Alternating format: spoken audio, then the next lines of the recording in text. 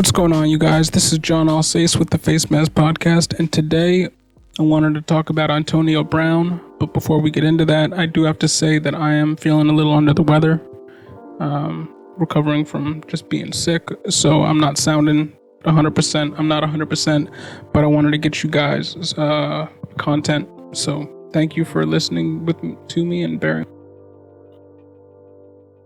All right, so Antonio Brown. What do we do with this guy?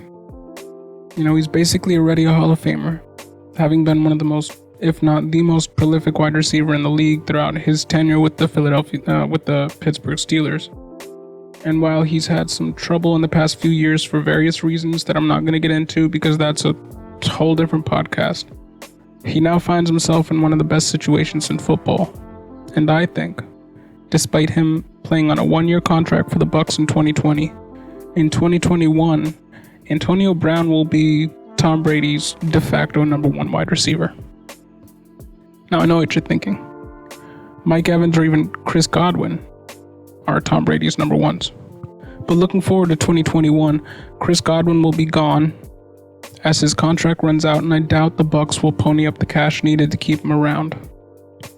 And we all know that Brady isn't one to hyper-target outside jump ball wide receivers, which is kind of Mike Evans' role. Sure, Mike Evans can do it all, but I'm just talking about how he's used in this offense. He's that outside jump ball wide receiver, and historically, Tom Brady never utilized those guys to their fullest potential outside of when he had Randy Moss.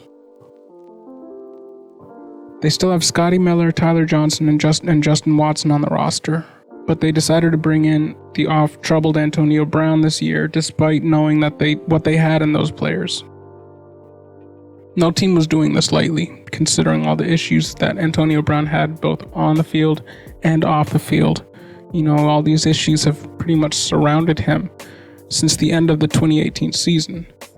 But we also have to take into account how much Brady seems to love this guy. I mean, at the beginning of the year, before the season started, Bruce Arians, the Tampa Bay Buccaneers head coach, came out and said that he wouldn't sign AB, that the team was not interested.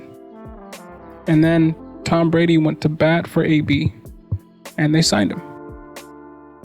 He brought him into his own house to stay with his family and his children to keep him out of trouble when he was brought onto the team.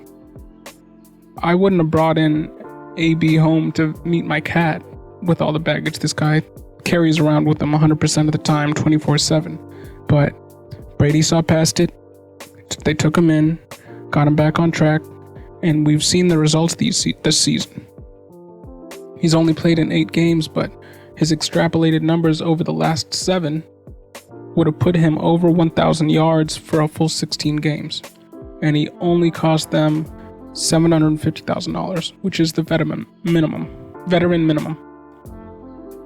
And I'd bet he signs for something along those lines again, a team-friendly deal for a chance to go out on top with the greatest QB of all time, especially if they win a Super Bowl this year. Because I think Tom Brady will just be back next year, so will AB with the same team, thinking, why not go and two-peat? So I think he'll be a cheap option for the team. The team and the QB loves AB. We all know how talented this guy is when he's on the field. He was a top 3 wide receiver for 6 years straight, and that's a feat but none but Jerry Rice has ever achieved. He should slide right into the Chris Godwin role, which means he'll be playing the Edelman-Welker role in Brady's offense. So I'm just going to say that again. Antonio Brown will be playing the Julian Edelman, Wes Welker role for Tom Brady in 2021.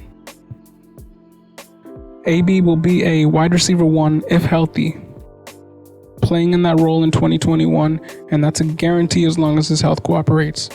And if for some reason Mike Evans were to go down in 2021 with that setup, AB would be in contention for the number 1 spot. Again, shout out to Ludacris. Great song.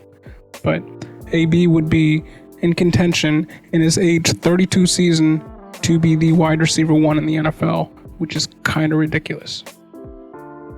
Anyways, what do you guys think? Do you guys think AB will also be on the Bucks in 2021 like I do? And if so, do you think he'll be the wide receiver 1/wide receiver 2 he's always been? Put your thoughts in the comment section below.